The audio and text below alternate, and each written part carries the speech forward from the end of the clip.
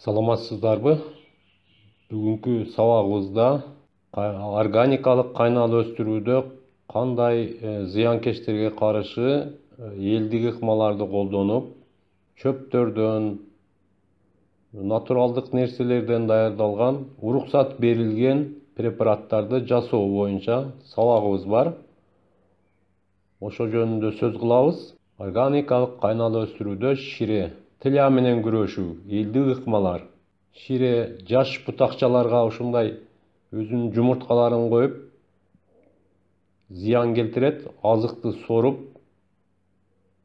мөмөлөрдүн өсүүсүнө зыян келтирет. Кандай ыкмалар бар? Уруксат берилген ушул кир самынды колдонуу. 300 грамм кир самынды сүргүчтөн өткөрүп майдалап, 10 литр чакага 2 литр жылуу суу менен кошуп эритилет. Аралаштырабыз. Үстүнө дагы 8 литр суу кошуп аралаштырабыз. Бозгуч, суюктук, көрүнчү нерселерсиз болуш керек. Экинчи ыкма күлдү колдонуу.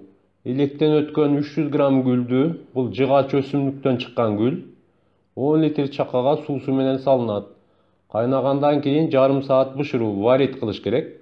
Пайда болгон суюктун табы кайтканда 40 грамм кир самын кошуп чачуу.